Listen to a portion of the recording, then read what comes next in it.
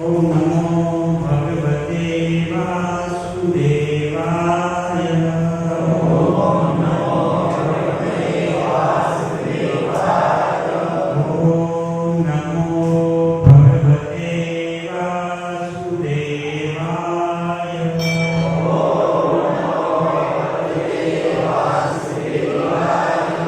ओम नमो भगवते वासुदेवाय।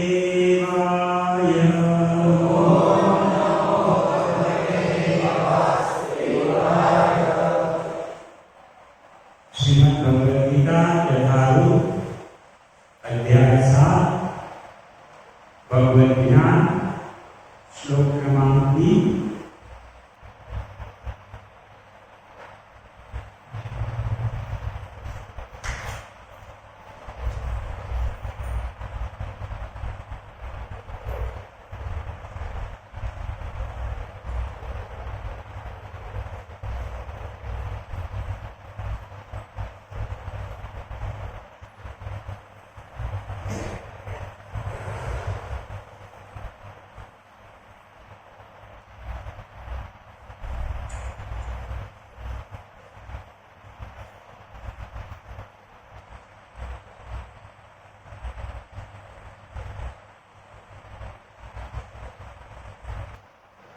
मनुष्याणां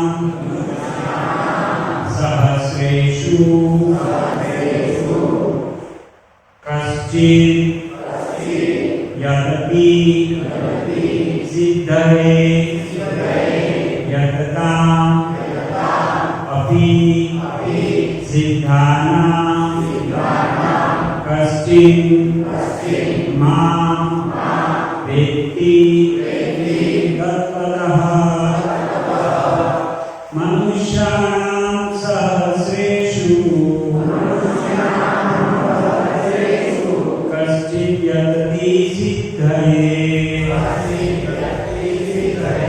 यततामपि सिद्धानां कश्चित् मां वेत्ति तत्त्वतः। मनुष्याणां सहस्रेषु कश्चित् यदपि सिद्धये यततामपि सिद्धानां कश्चित् मां वेत्ति तत्त्वतः। मनुष्याणां सहस्रेषु कश्चित् यदपि सिद्धये यततामपि सिद्धानां कश्चित् मां वेत्ति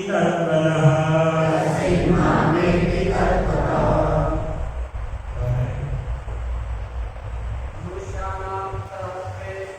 मनुष्याणां सहस्रेषु कश्चित् यदपि सिद्धये यततामपि सिद्धानां कश्चित् मां वेत्ति तत्त्वतः। मनुष्याणां सहस्रेषु कश्चित् यदपि सिद्धये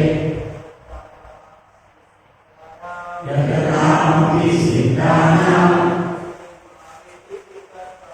कश्चित् मां वेत्ति तत्त्वतः।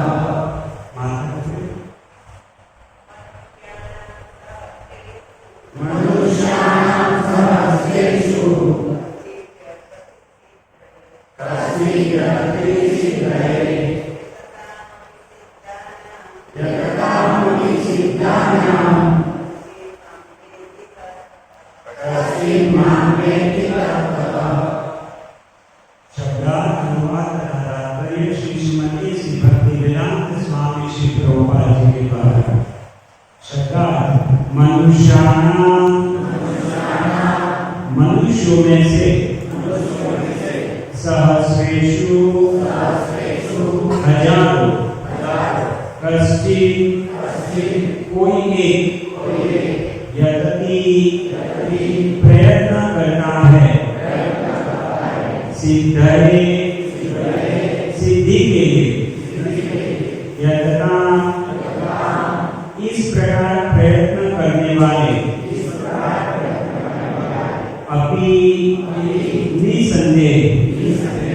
सिद्धानां सिद्ध लोगों में से कश्चित् कोई एक मां मुझको व्यक्ति जानता है तत्वतः वास्तव में हुआ कई हजार मनुष्यों में से कोई एक सिद्धि के लिए प्रयत्नशील होता है और इस तरह सिद्धि प्राप्त करने वालों में से विरला ही कोई एक मुझे वास्तव में जान पाता है। तात्पर्य मनुष्यों की विभिन्न कोटियां हैं और हजारों मनुष्यों में से शायद विरला मनुष्य ही यह जानने में रुचि रखता है कि आत्मा क्या है, शरीर क्या है, परम सत्य क्या है। सामान्यतया मानव आहार, निद्रा, भय तथा मैथुन जैसी पशु वृत्तियों में लगा रहता है और मुश्किल से कोई एक दिव्य ज्ञान में रुचि रखता है। गीता के प्रथम 6 अध्याय उन लोगों के लिए है जिनकी रुचि दिव्य ज्ञान में, आत्मा, परमात्मा तथा ज्ञान योग, ध्यान योग द्वारा अनुभूति की क्रिया में तथा पदार्थ से आत्मा के पार्थक्य को जानने में है। किंतु कृष्ण तो केवल उन्हीं व्यक्तियों द्वारा ज्ञेय है जो कृष्ण भावना भावी है। अन्य योगी निर्विशेष ब्रह्म अनुभूति प्राप्त कर सकते हैं क्योंकि कृष्ण को जानने की अपेक्षा यह सुगम है।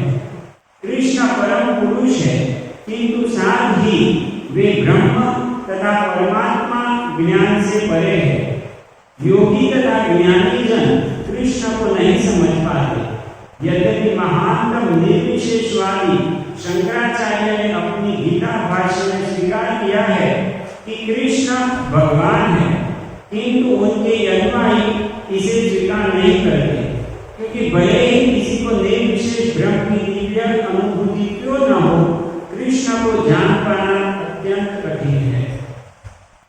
कृष्ण भगवान समस्त कारणों के कारण आदि पुरुष गोविंद है। ईश्वर परमा कृष्ण सच्चिदानंद विग्रह अनादिरादि गोविंद सर्व कारण कारणम। अभक्तों के लिए उन्हें जान पाना अत्यंत कठिन है। यद्यपि अभक्त गण यह घोषित करते हैं कि भक्ति का मार्ग सुगम है, किंतु वे इस पर चलते नहीं। यदि भक्ति मार्ग इतना सुगम है जितना अभक्त गण कहते हैं, तो भी वे कठिन मार्ग क्यों ग्रहण करते हैं? वास्तव में भक्ति मार्ग सुगम नहीं है। भक्ति के ज्ञान से ही अधिकारी लोगों द्वारा ग्रहण किया जाने वाला तथाकथित भक्ति मार्ग भले ही सुगम हो, किंतु जब विधि विधानों के अनुसार दृढ़ता पूर्वक इसका अभ्यास किया जाता है तो मीमांसक तथा दार्शनिक इस मार्ग से गुमराह हो जाते हैं। श्री रूप गोस्वामी अपनी कृति भक्ति रसायन सिंधु में लिखते हैं, श्रुति स्मृति पुराणादि पंचरात्र विधि विना एकांतिकी हरे भक्ति उत्पादाय कल्पते। वह भगवत भक्ति जो उपनिषदों, पुराणों तथा नारद पंचरात्र जैसे प्रामाणिक वैदिक ग्रंथों की अवहेलना करती है, समाज में व्यर्थ ही अव्यवस्था फैलाने वाली है। ब्रह्मवेता, निर्विशेषवादी या परमात्मा वेता योगी भगवान श्री कृष्ण को यशोदानंदन या पार्थसारथी के रूप में कभी नहीं समझ सकते। कभी कभी बड़े बड़े देवता भी कृष्ण के विषय में भ्रमित हो जाते हैं। मुह्यन्ति यत् सूरय मां वेद न कश्चन। भगवान कहते हैं कि कोई भी मुझे उस रूप में तत्वतः नहीं जानता जैसा मैं हूँ, और यदि कोई जानता है स महात्मा सुदुर्लभ, तो ऐसा महात्मा विरला होता है। अतः भगवान की भक्ति किए बिना कोई भगवान को तत्वतः नहीं जान पाता, भले ही वह महान विद्वान या दार्शनिक क्यों न हो। केवल शुद्ध भक्त ही कृष्ण के अचिंत्य गुणों को सब कारणों के कारण रूप में उनकी सर्वशक्तिमता तथा ऐश्वर्य, उनकी संपत्ति, यश, बल, सौंदर्य, ज्ञान तथा वैराग्य के विषय में कुछ जान सकता है, क्योंकि कृष्ण अपने भक्तों पर दयालु होते हैं। ब्रह्म साक्षात्कार की वे पराकाष्ठा है और केवल भक्तगण ही उन्हें तत्वतः जान सकते हैं। अतएव भक्ति रसायन सिंधु में कहा गया है, अतः श्री कृष्ण नामानि न भवेद्ग्राह्यमिन्द्रियै सेवोन्मुखे हि जिह्वादौ स्वयं एव स्फुरत्यतः।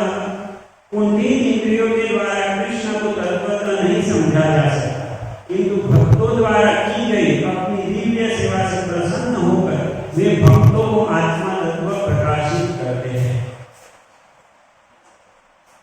ओम अज्ञानतिमिरान्धस्य ज्ञानाञ्जनशलाकया चक्षुरुन्मीलितं येन तस्मै श्रीगुरवे नमः। श्रीचैतन्यमनोभीष्टं स्थापितं येन भूतले स्वयं रूपः कदामह्यं ददाति स्वपदान्तिकं। वन्देऽहं श्रीगुरो श्रीयुतापदकमलं श्रीगुरुं वैष्णवांश्च श्रीरूपं साग्रजातं सहगण रघुनाथान्वितं तं सजीवं साद्वैतं सावधूतं परिजनसहितं कृष्णचैतन्यदेवं श्रीराधा कृष्णपादां सहगण ललिता श्रीविशाखान्वितांश्च नमो विष्णुपादाय कृष्णप्रेष्ठाय भूतले श्रीमते भक्तिवेदान्त स्वामिनिधि नामिने नमस्ते सारस्वते देवे गौरवाणी प्रचारिणे निर्विशेष शून्यवादी पाश्चात्यदेशतारिणे। जय श्री कृष्ण चैतन्य प्रभु नित्यानंद श्री अद्वैत गदाधर श्रीवासादि गौरभक्तवृंद। हरे कृष्ण कृष्ण कृष्ण हरे हरे, हरे राम राम राम हरे हरे। तो आज भगवद गीता यथारूप से हम 7वें अध्याय से तीसरा श्लोक आप लोग 6 अध्याय तक देख लिया।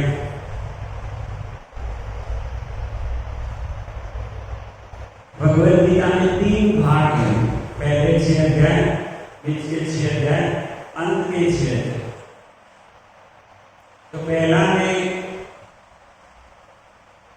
मुख्यतया कर्मयोग, मतलब क्या कर्म करना है उसके विषय में वर्णन है, जिसके अंतर्गत ध्यान योग की भी माहिती है और ज्ञान के विषय में भी थोड़ा बताया है। लेकिन मुख्यतया उसको आचार्य कहते हैं कि वो कर्मयोग वाला सेक्शन है और अंतिम 6 अध्याय ज्ञान योग वाला और बीच वाले 6 भक्ति योग। तो अभी आपने भक्ति योग वाला विभाग चालू किया है, 7वां अध्याय अर्थात अभी यहाँ से भक्ति का प्रारंभ होता है। पहला ही श्लोक में भगवान ने क्या कहा था, मैया आसक्त मना, मुझसे आसक्त होके तुम एक मेरी कथा सुनो। तो भगवान से आसक्त कौन हो सकता है, भगवान का भक्त हो सकता है। तो यहाँ से भक्ति योग प्रारंभ होता है और 12वां अध्याय का शीर्षक क्या है, भक्ति योग। तो 12वां अध्याय तक शुद्ध भक्ति का वर्णन करते हैं भगवान। तो उसमें आज हम तीसरा श्लोक देख रहे हैं और तीसरा श्लोक में भगवान वर्णन कर रहे हैं कि अलग अलग प्रकार के मनुष्य होते हैं, जैसे तात्पर्य में प्रभुपाद जी समझाया। और उसमें बहुत सारे लोग तो इसमें रचे पचे रहते हैं, आहार निद्रा भय, जो पशु भी करते हैं। लेकिन उसमें से कुछ लोग होते हैं, उनको जिज्ञासा होती है कि अल्टीमेटली सब हम रात को इतने तारे देखते हैं, दिन में सूर्य आता है, अलग अलग ऋतुएं आती है, अलग अलग लोग, कोई कम मेहनत करता है लेकिन ज्यादा भोग करता है, कोई ज्यादा मेहनत करता है लेकिन कम उसको मिलता है। तो अल्टीमेटली चल कैसे रहा है सब कुछ, ऐसी जिज्ञासा होती है किसी किसी को, और फिर वो उसके विषय में आगे ज्ञान प्राप्ति करने के लिए प्रयास करते हैं।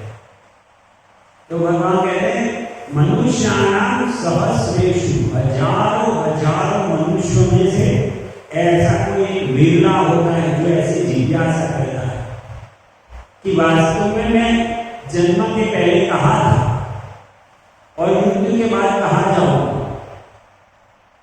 लोग कहते हैं कि जब हमें शरीर छोड़ देते हैं तो हम कहीं जाते हैं, कहाँ जाते हैं, कहाँ से आते हैं।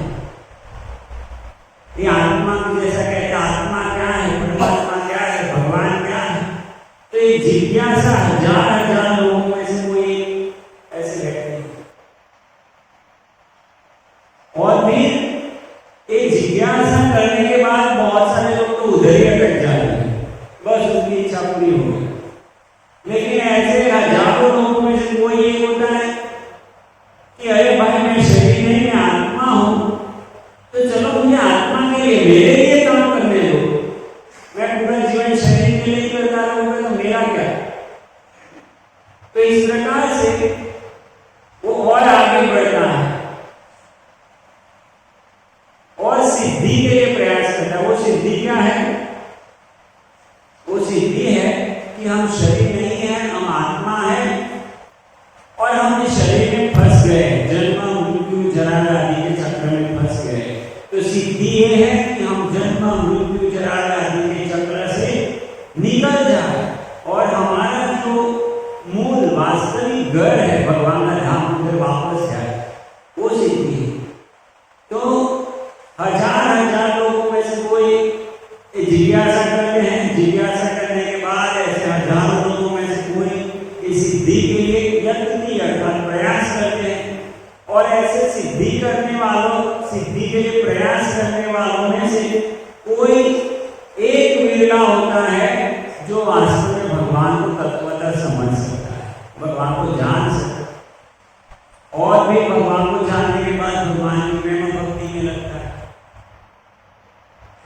और आगे जाएंगे 3-4 श्लोक बाद में फिर से भगवान एक श्लोक कहेंगे, बहुनाम जन्मनामन्ते ज्ञानवान् मां प्रपद्यन्ते वासुदेव सर्वमिति समहात्मा सुदुर्लभ, दुर्लभ नहीं सुदुर्लभ, ऐसा महात्मा कि जो जानता है वासुदेव मतलब भगवान उनका वर्णन कर रहे हैं कि जो मुझे समझ पाता है कि मैं जो वसुदेव के पुत्र के रूप में प्रकट होता हूं वो ही सर्वेश्वरवा हूं, जो मुझे तत्वतः समझ पाता है, ऐसा महात्मा सुदुर्लभ है, दुर्लभ में सुदुर्लभ। और हम देखते हैं आप लोग भी शायद दिसंबर महीने में गीता मैराथन प्रचार करने के लिए थोड़ा थोड़ा भाग लेते होंगे और आसपास में प्रचार करने का प्रयास करते हो। लोगों को ये विश्वास दिलाना कि कृष्ण ही भगवान है कितना मुश्किल है। लोग अपना अपना लेके आते हैं, एक क्यों भगवान नहीं है, एक क्यों भगवान नहीं है, एक क्यों भगवान, तो इतना आसान नहीं। सब कहाँ कहाँ अटके पड़े हैं।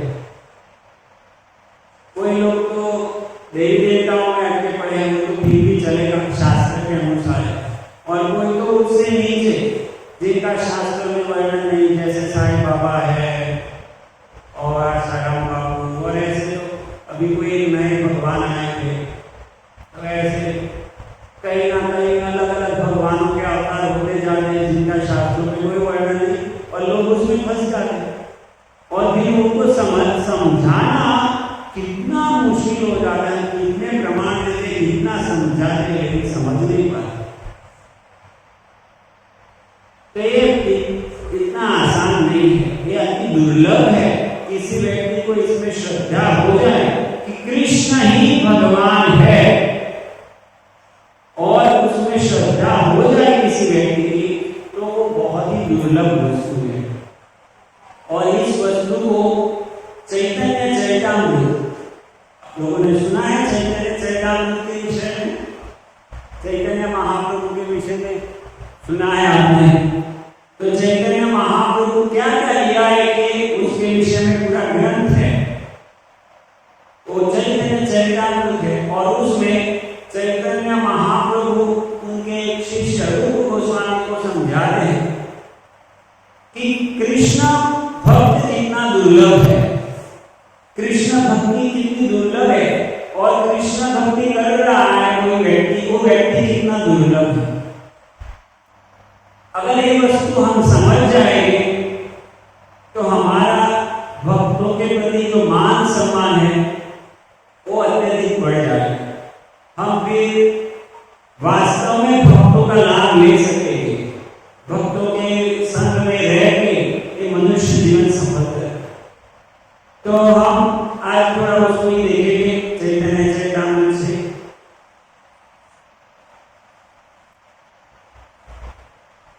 तो इस प्रकार से पद्म पुराण में भी अलग अलग वर्णन है कि कितनी योनियां हैं, आप लोग भी जानते हैं। टोटल योनियां कितनी है? 84 लाख योनियां। और योनि मतलब जीव नहीं, योनि मतलब तो अलग अलग शरीर, अलग अलग प्रकार के शरीर। जैसे वनस्पति एक योनि है, मनुष्य दूसरे प्रकार की योनि है। और फिर वनस्पति में भी एक है आम का पेड़, एक है नीम का पेड़, और ऐसे। तो वनस्पति की योनियों में वो अलग अलग हो गए, और ऐसे मनुष्य की योनियों में मनुष्य है, एक प्रकार के मनुष्य, दूसरे प्रकार के मनुष्य, तीसरे प्रकार के मनुष्य। तो जीवों की संख्या 84 लाख नहीं है, योनियों की संख्या 84 लाख है। और जीव कितने हैं? अनंत जीवगण। दिखाई दे रहा है? पढ़ा कर रहे हैं इसको।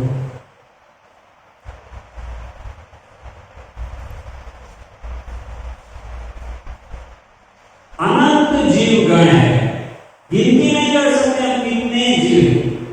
इस हॉल में कितने जीव बैठे हैं? हाँ, कितने हो गए? हाँ, 200, 250। और कोई जवाब? इस रूम में हॉल में भी अनंत जीव है, क्योंकि हम खाली मनुष्य को ही जीव देखते हैं, लेकिन कितने बैक्टीरिया है, कितने वायरस है, क्या क्या उड़ रहा है हमारे शरीर में, कितने जीव है। एक तो हम जो इस शरीर, ये शरीर जिसको दिया गया है वो आत्मा रूप में अंदर बैठे हैं, लेकिन हमारे सिवाय कितने जीव हैं? तो ये हॉल में अनंत कोटि जीव है, और सभी लोग सत्संग सुन रहे हैं, जाने अनजाने। तो ब्रह्मांड ऐसे जीवों से भरा पड़ा है, अनंत कोटि जीवों से भरा पड़ा है, और उनको अलग अलग वर्गीकरण करें तो अलग अलग योनियां निकलती है। और वो कितनी योनियां हैं? 84 लाख योनियां हैं। अभी 84 लाख योनियों में कुछ है वो स्थावर है और कुछ है जंगम। तो स्थावर अर्थात क्या? स्थावर अर्थात वो जो एक जगह से दूसरी जगह नहीं जा पाते, एक जगह में स्थिर है, उसको क्या कहते हैं? स्थावर। तो स्थावर में कौन आएंगे? पेड़, और कोई कोई पर्वत भी होते हैं, वो भी स्थावर में आते हैं। अभी आपको लगेगा पर्वत भी जीव है, हाँ पर्वत भी जीव है। तो पहले पर्वत उड़ा करते थे, पर्वतों के पंख थे, लेकिन एक कथा थी जिसमें इंद्र उनके पंख काट डाले। अगर आप रामायण सुने होंगे तो रामायण में इसकी बात आती है, जब हनुमान जी लंका पर उड़ान भरते तो कौन आता है बीच में? कौन सा पर्वत आता है? मैनाक पर्वत निकलता है समुद्र से बाहर, और उनको कहता है कि थोड़ा रेस्ट कर लीजिए मुझ पर। तो वो मैनाक पर्वत बच गया था, जब इंद्र ने सब पर्वतों के पंख काटे थे तो मैनाक पर्वत बच गया, तो उसके पंख थे। तो पर्वत भी एक एक प्रकार के जीव है। तो ऐसे स्थावर जीवों की संख्या, उनकी योनियां कितनी है? 20 लाख। 84 लाख योनियों में से 20 लाख योनियां है वो स्थावरों की। उसमें वनस्पति भी आ गए, पर्वत भी आ गए, और इस प्रकार से और भी कई होगी जो हमको पता नहीं है। हम तो खाली वनस्पति को ही देखते हैं कि वनस्पति हिलती डुलती है और पर्वत हिलते डुलते हैं, लेकिन और भी बहुत कुछ है। तो स्थावर है वो 20 लाख योनियां है, और फिर जंगम दूसरे प्रकार का, दूसरा प्रकार क्या है? जंगम, अर्थात एक जगह से दूसरी जगह जाते हैं। तो एक जगह से दूसरी जगह जाने वाले जीवों में 3 विभाग है। एक होते हैं जो हवा में उड़ते हैं, आकाश में उड़ते। आकाश को संस्कृत में क्या कहते हैं? ख। तो इसलिए उनको खग भी कहते हैं, खग अर्थात पक्षी, या तो खेचर जो आकाश में उड़ते रहते हैं। तो खेचरों की संख्या कितनी है? पक्षिणाम 10 लक्षण, पद्म पुराण का श्लोक है, मैं कहते हैं पक्षिणाम 10 लक्षण। और कुछ जीव है वो पानी है, पानी में कितने प्रकार की योनियां हैं? 9 लाख। मछली, मगरमच्छ, कई सांप होते हैं। समुद्र के अंदर सबसे बड़ा जीव हम कौन सा जानते हैं? आप लोगों ने कभी फोटो देखा होगा, क्या अभी बोले? वेल, ब्लू वेल कहते हैं, 60 फीट लंबी होती है, हम उसको ही जानते हैं। लेकिन शास्त्र में वर्णन है कि समुद्र में ऐसी मछलियां हैं जो ब्लू वेल को निगल जाती है। उनका नाम तिमी और तिमिंग, ऐसी ऐसी मछलियां ऐसी। और वो सब भी जब भगवान रामचंद्र ने जब समुद्र ने मार्ग नहीं दिया और भगवान को गुस्सा आया और भगवान ने संधान किया, तो ऐसे सब जीव ऊपर आ गए। तो समुद्र में 9 लाख योनियां हैं, हवा में 9 लाख प्रकार की योनियां, और हवा में 10 लाख प्रकार, और बाकी स्थलचर है। स्थलचर अर्थात जो पृथ्वी पर घूमने वाले, और पृथ्वी पर घूमने वाले कौन से प्रकार के हैं? तो कृमि है। कृमि अर्थात उसमें आ गए ये जो पेट के बल रेंगते हैं, सांप है, छिपकली है, और वो सब कृमि में आते हैं। तो कृमि कितने हैं? 11 लाख प्रकार की योनियां हैं। और प्राणी कितने प्रकार के हैं? 30 लाख प्रकार के अलग अलग प्राणी हैं जो 4 पांवों पे चलने वाले हैं। और मनुष्य की योनियां कितनी है? 4 लाख। तो टोटल 84 लाख प्रकार की योनियां है, उसमें से मनुष्य योनि कितनी है?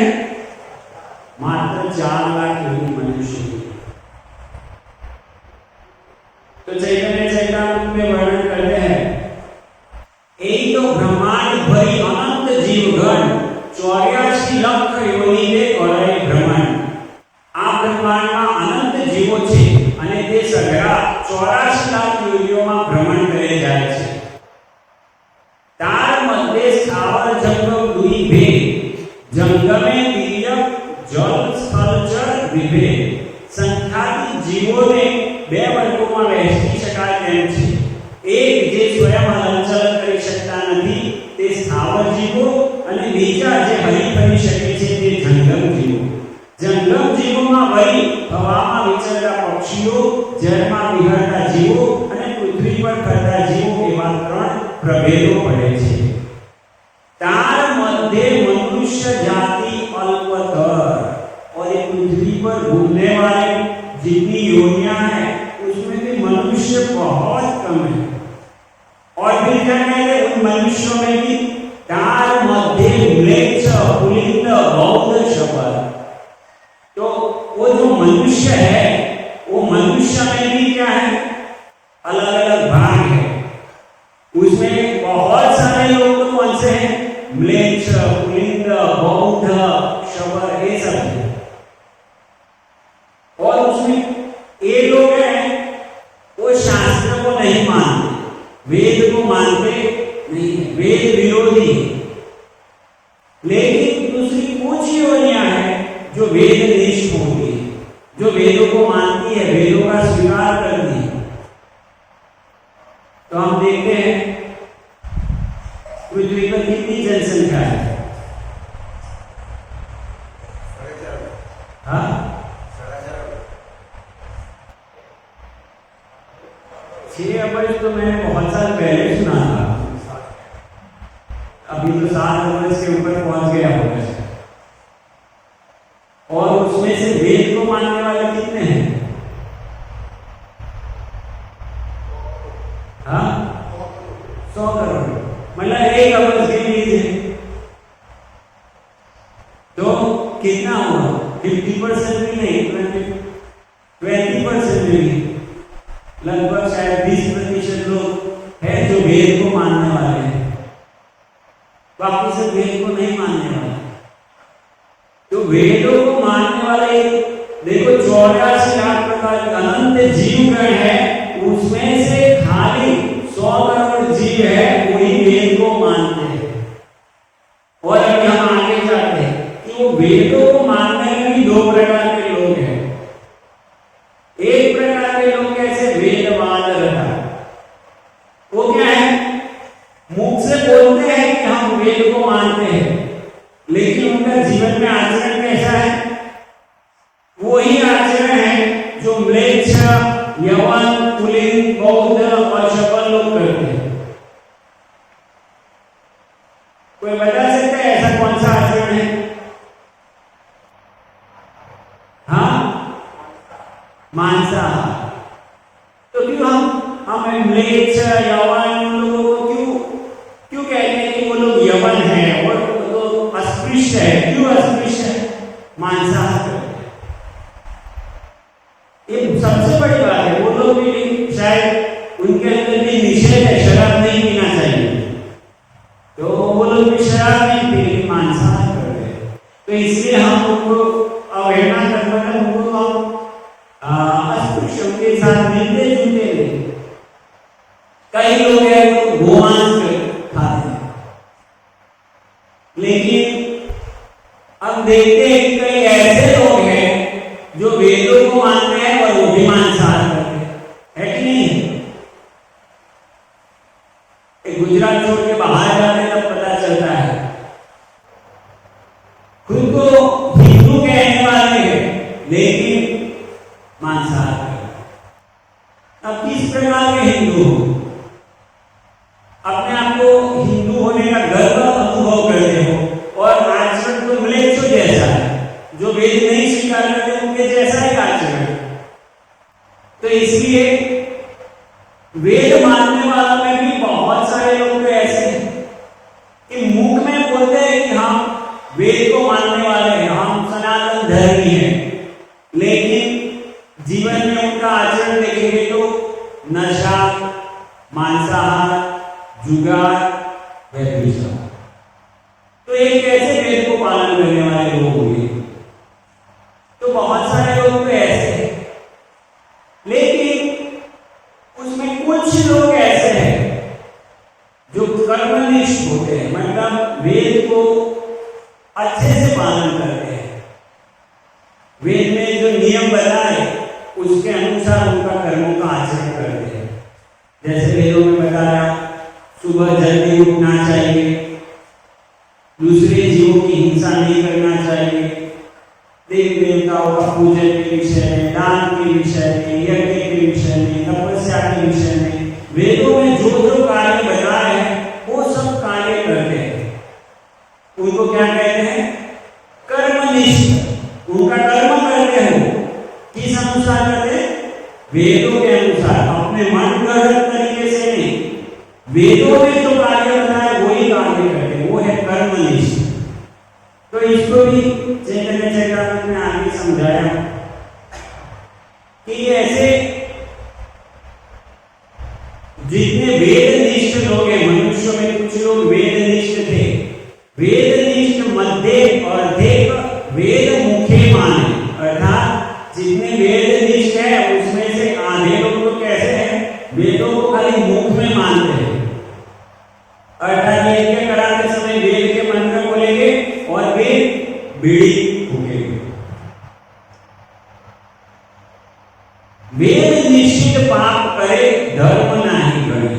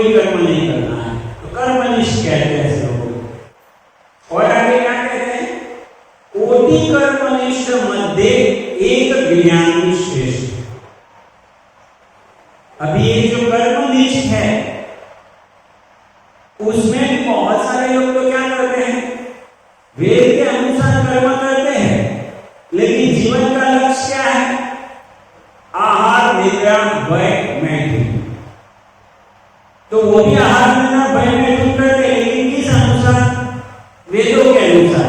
वेदों में भी बताया है कि आपको ये सुख चाहिए, आपको पुत्र प्राप्ति करनी है तो कैसे करो, ऐसे करो, आपको ये चाहिए तो ऐसे करो, आपको ये चाहिए तो ऐसे करो। उनका कोई उच्च गोल नहीं है, मैं शरीर नहीं हूं, मैं आत्मा हूं, एक दिन मरने वाला हूं, मरने के बाद कहां जाऊंगा, कैसे जन्म मृत्यु जरा व्याधि के चक्र से निकलूं, ऐसा कोई लक्ष्य नहीं। वो वेद को भी पालन कर रहे हैं, लेकिन किसके कर रहे हैं? अच्छा आहार निद्रा भय मैथुन हो ऐसा।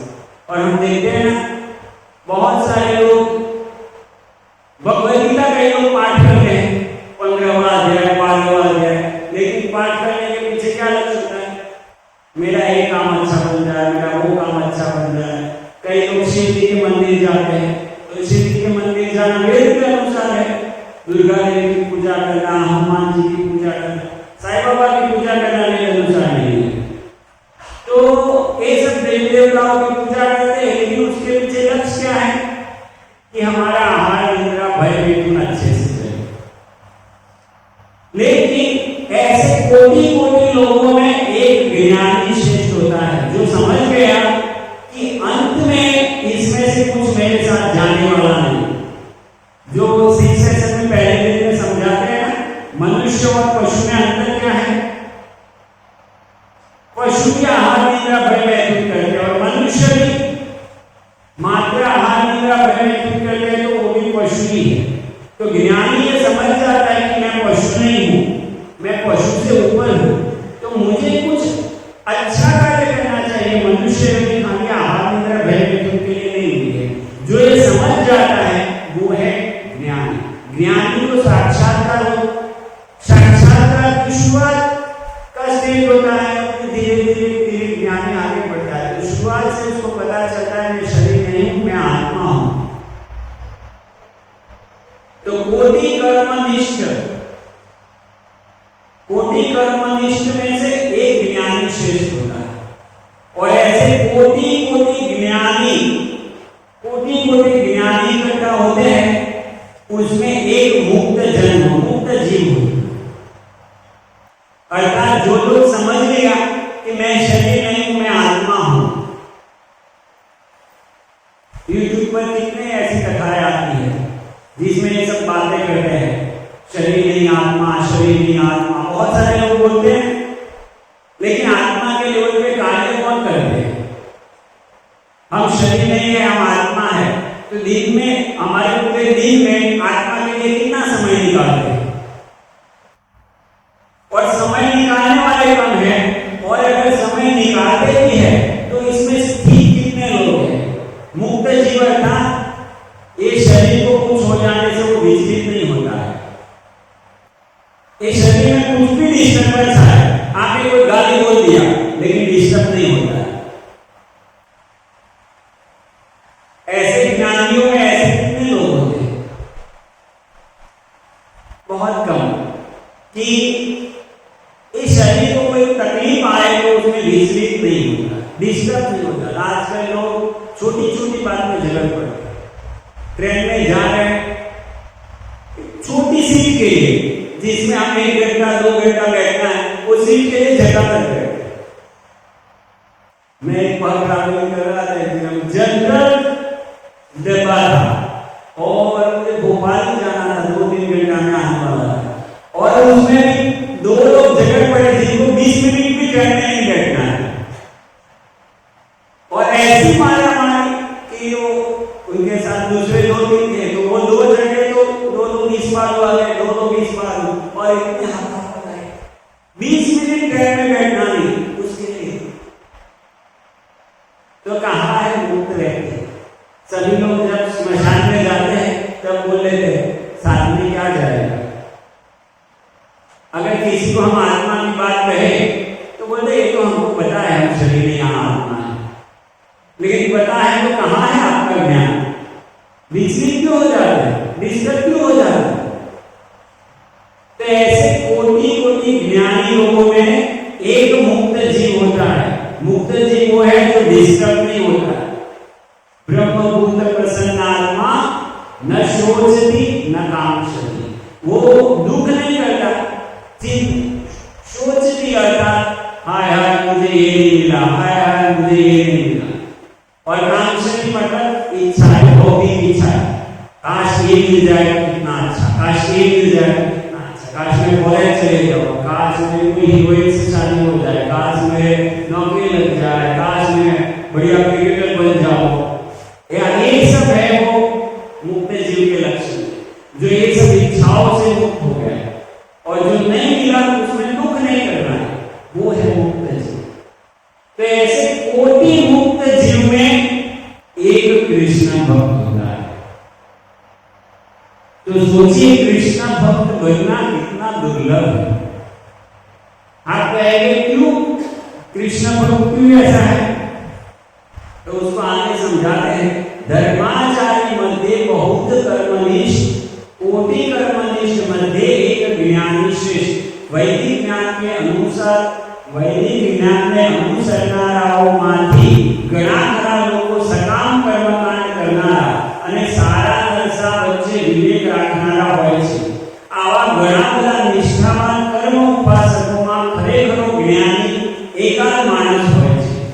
કોટી જ્ઞાની મધ્ય હોય એક જન મુક્ત, કોટી મુક્ત મધ્ય દુર્લભ એક કૃષ્ણ ભક્ત।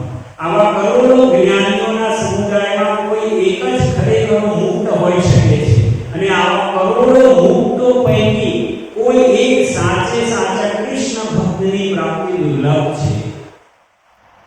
क्यों ऐसा क्यों है? क्योंकि कृष्ण भक्त निष्काम, ज्ञानी लोग भी निष्काम होते हैं लेकिन उनको उससे आगे कुछ नहीं, कोई इच्छा नहीं। लेकिन कृष्ण भक्त निष्काम है और उसकी एक इच्छा है। क्या इच्छा है? कृष्ण को प्रसन्न करना, कृष्ण की सेवा करना, तो कृष्ण की संतुष्टि के लिए कार्य करना। तो इसलिए मुक्त जीवों में भी कृष्ण भक्त एक स्टेप आगे। वो खाली मैं शरीर नहीं हूं, मैं आत्मा हूं, इतना ज्ञान में स्थित नहीं है।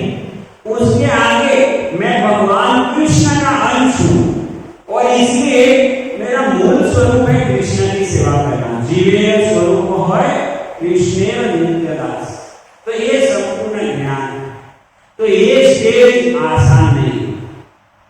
कि व्यक्ति समझ जाए कि मैं भगवान कृष्ण का दास हूं और इसलिए कृष्ण की सेवा करना वही मेरा एकमात्र कर्तव्य है। तो ये जो समझ जाता है वो दुर्लभ व्यक्ति होता है। और ऐसा व्यक्ति शांति प्राप्त कर सकता है। कृष्ण भक्त निष्काम अतएव शांत, भुक्ति मुक्ति सिद्धि कामी सकली अशांत। यहाँ तक कि जिसको जन्म मुक्ति अर्थात ये जन्म मृत्यु जरा व्याधि से निकलना, हम कई बार बोलते हैं कि कम से कम इतना तो सोचो जन्म मृत्यु जरा व्याधि से चक्कर से निकलने की बात। लेकिन आदर्श स्थिति में जो भक्त पहुंच जाता है जिस स्थिति में, उसमें तो वो इसकी भी इच्छा नहीं करता कि मैं जन्म मृत्यु जरा व्याधि से चक्कर से नहीं। उसकी एक ही इच्छा है कि मैं कैसे भगवान की सेवा करूं।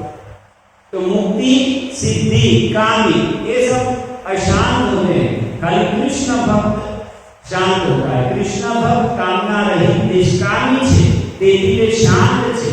સકામ કર્મોપાસકોને ભૌતિક ભોગો જોઈએ છે, જ્ઞાનીઓને મુક્તિ જોઈએ છે અને યોગીઓને સિદ્ધિઓ જોઈએ છે। તેથી તેઓ બધા જ કામનાઓ વાળા કામી છે અને તેથી તેઓ શાંત બની શકે નહીં। फिर श्रीमद् भागवतम, आपको लगे कि इसका रेफरेंस क्या? तो भागवतम में बताया है। भागवतम में श्लोक आता है मुक्तानाम अपि सिद्धानाम नारायण परायण सुदुर्लभ प्रशांतात्मा कोटिष्वपि महामुनि। तो 6वें स्कंद में ये वर्णन आता है, मुझे जहां तक स्मरण है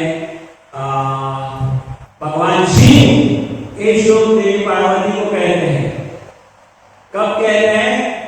तो एक राजा थे चित्रकेतु, वो भगवान के महान भक्त थे और वो विचरण कर रहे थे और उन्होंने भगवान शिव के विषय में थोड़ा हास्य मजाक जैसा किया। तो भगवान शिव तो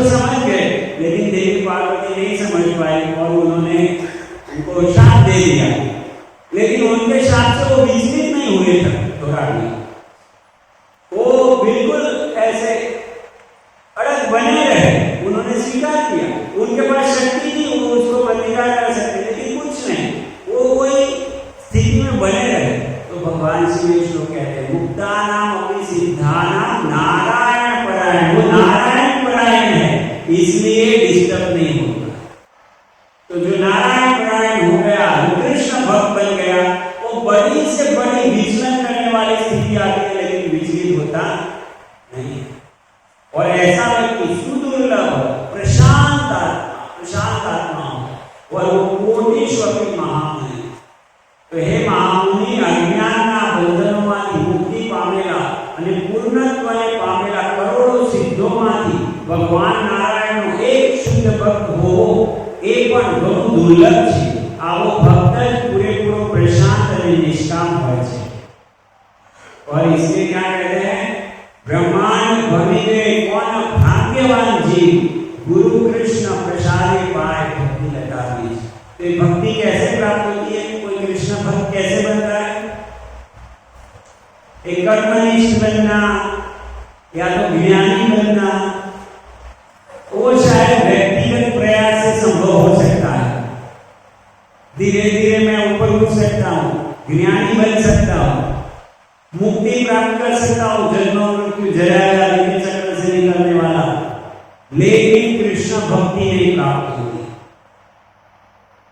आप कितने बड़े पुण्यशाली हो जाइए, आप हर दिन लाखों गाय डाल दीजिए, लाखों ब्राह्मणों को खिलाइए, लेकिन उससे कृष्ण भक्ति नहीं मिल सकती। आप कितने भी पुण्यशाली, आप कितने पापी हो, तो भी कृष्ण भक्ति नहीं मिल सकती। कृष्ण भक्ति कैसे प्राप्त होती है? अगर कोई भक्त इच्छा करता है कि इस व्यक्ति को कृष्ण भक्ति प्राप्त हो, तो भी उस जीव को कृष्ण भक्ति प्राप्त हो। तो भगवान के भक्त होते हैं, वो क्या करते हैं, हमेशा प्रचार करते रहते, सनातन संकीर्तन करते हैं, प्रसाद वितरण करते हैं, भगवद गीता बांटने जाते हैं। तो इससे क्या होता है, सब जीव सुनते हैं, खाली मनुष्य नहीं, पशु भी सुनते हैं, और इधर कितने करोड़ों जीव है वो भी सुनते हैं, और सुनते हैं तो उनको एक प्रकार की स्वीकृति मिलती है, पुण्य कर्म नहीं, लेकिन भक्तियोन्मुखी स्वीकृति। और वो स्वीकृति जब इस लेवल में आ जाती है कि उसकी कृष्ण में पूर्ण श्रद्धा हो जाती है, तो भी वो साधना भक्ति में लग जाता है। तो ऐसा व्यक्ति ब्रह्मांड भवि दे कौन भाग्यवान व्यक्ति होता है, उसमें श्रद्धा हो जाती है कि भगवान तो कृष्ण ही, और वो गुरु और कृष्ण की कृपा से प्राप्त होता है। वो चीज क्या है, भक्ति लता बीज। ये बीज है कि कृष्ण भगवान है, उसमें श्रद्धा हो जाना, वो भक्ति लता। लता अर्थात हम घर में बेला लगाते हैं ना, उसका बीज है। और फिर उस बीज को क्या करना चाहिए, उस बीज को घर में जैसे आप कोई बीज लेकर आते हैं, और फिर बीज को डालते हैं, और फिर क्या करते हैं, उसमें पानी डालते हैं, खाद डालते हैं, ताकि वो अंकुरित हो जाए। तो ऐसे भक्ति लता का जो बीज मिलता है, उसको जल डालना चाहिए, खाद डालना चाहिए। वो क्या है, श्रवण कीर्तन। तो भगवान के भक्तों के संग में जाना चाहिए, भगवान के विषय में सुनना चाहिए, भगवान के नाम का कीर्तन करना चाहिए, भगवान के भक्तों का संग में सेवा करना चाहिए। तो ये सब कार्यों से वो जो बीज है उसको पोषण मिलता है, और फिर वो लता अंकुरित होती है उसमें से, और फिर आगे बढ़ती जाती है, बढ़ती जाती है, बढ़ती जाती है। कहाँ तक बढ़ती जाएगी, ब्रह्मांड को भेद के बाहर निकल जाएगी, विचार को क्रॉस करके वैकुंठ लोक, और वैकुंठ लोक से आगे जाएगी, कृष्ण लोक में प्रवेश करेगी, भगवान श्री कृष्ण के चरण कमल का आश्रय में जाएगी। और फिर उस लता को प्रेम फल लगता है, कृष्ण प्रेम प्राप्त होता है।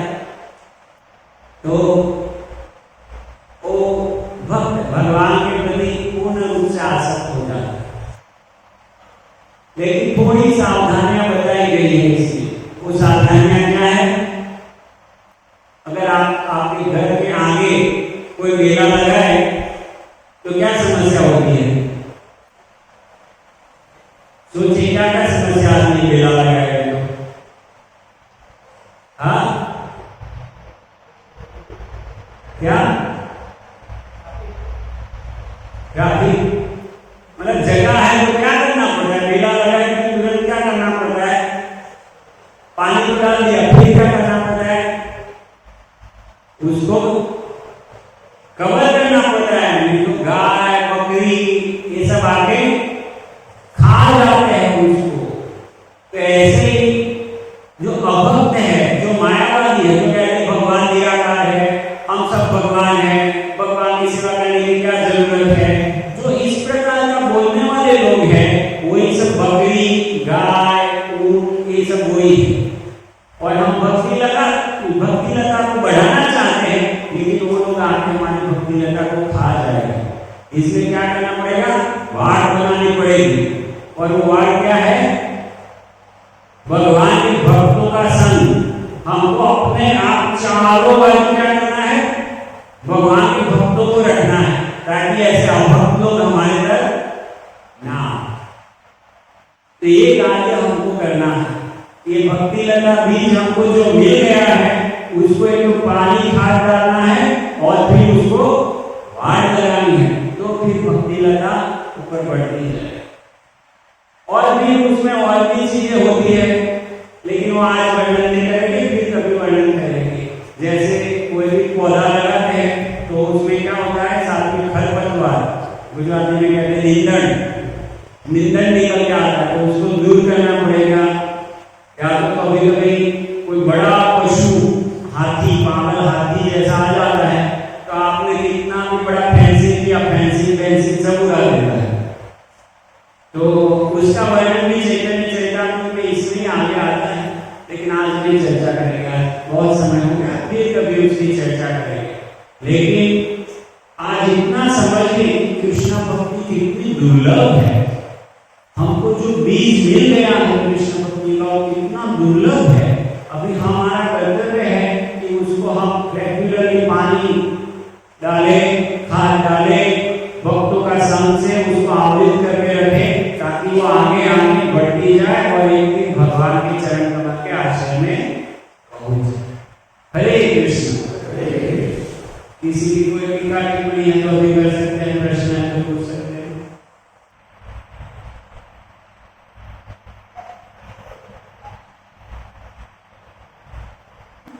हरे कृष्ण। श्रीमद् भगवद गीता यथारूप की जय। श्री प्रभुपाद की जय।